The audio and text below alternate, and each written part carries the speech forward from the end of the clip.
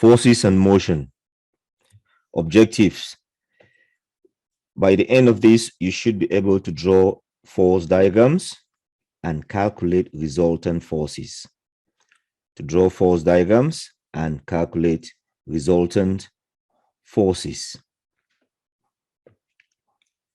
And understand and use Newton's first law. A free body diagram shows all the forces which are acting on an object. So we have the lift, pulling it upwards, air resistance or drag, pulling it backwards, the weight, pulling it downwards, and thrust, pulling it forward. So it shows all the forces acting on an object. So that's what the free body diagram does. It shows all the forces. 1, 2, 3, 4. The forces acting on an object. Draw free body diagrams for each one. The first one, a box at rest on a table.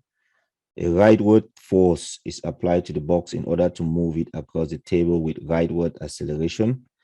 So there's 5 of them, 1, 2, 3, 4, 5. So try to draw free body diagrams and label it. First pause and have a go at it, and then you come back and check your answers. Welcome back. For the first box, it's at rest on the table. So it's at rest, it's not moving. So this upward force is the same like the downward force. And you can see they have the same length. Let's say this was 3 centimeters. This one would be 3 centimeters. The same length means the force is the same. Upward force is called the normal force, and the downward force is the gravitational force, which is force due to gravity. So you can write it as W equals to mg, the weight. So it's balanced forces. Upward force, say 10 Newton. Downward force, 10 Newton. The length of this is the same, say 3 centimeters. Say 3 centimeters, very important. And the net force is 0. A rightward force is applied. Rightward force is applied, and that's the normal force, and that's the gravitational force, and then there's friction. This could be, say, 1 centimeters, and this could be, say, 3 centimeters. Because the friction is smaller, so it's shorter. The rightward force is bigger, so it's longer when you draw it. So the velocity is changing because the forces are unbalanced. The rightward force is bigger than the friction force.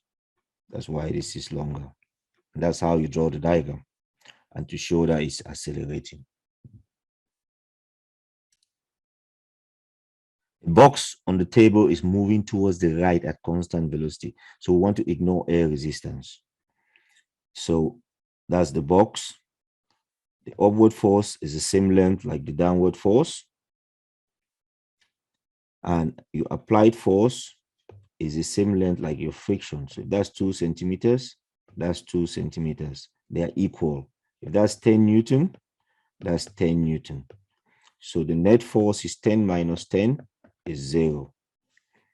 So the 0, the applied force is equal to the friction force.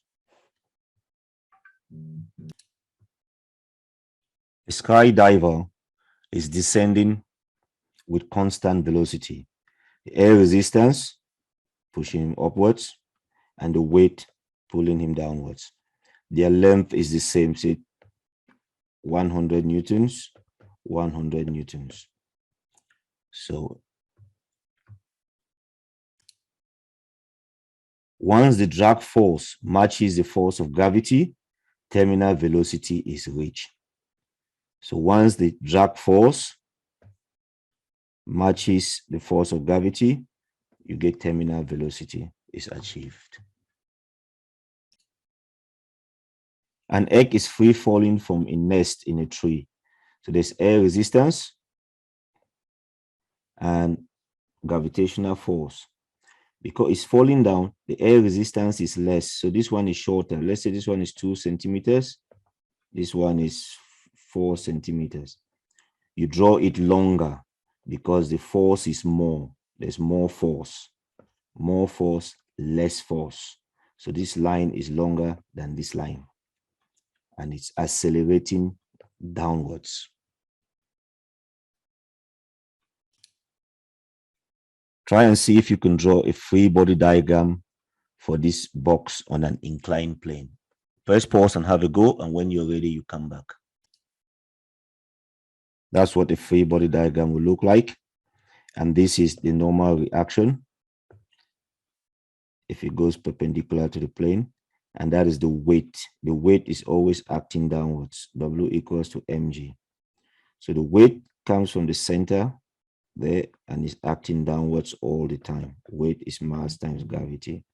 And this normal reaction is at 90 degrees to this plane. To draw a free body diagram for the car, we have to use just the body of the car and external forces. Ignore other forces, internal forces, and forces exerted by the body.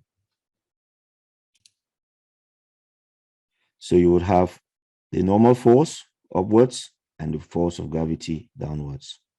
So it's like that.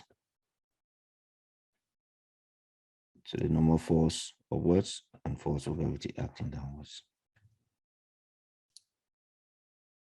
Find the resultant force using scale diagram. So you have 300 and 400 newtons.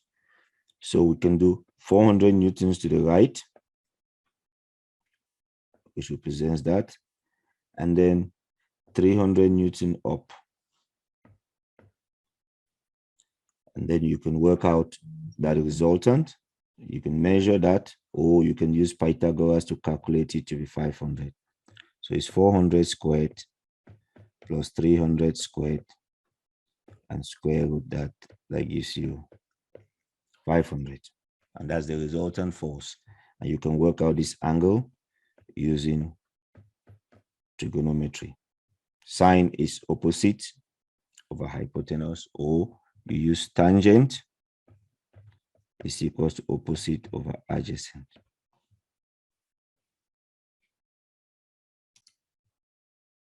What is the resultant force acting on these cars? Press pause and have a go, and when you're ready, you come back and check your answers. Here are the answers.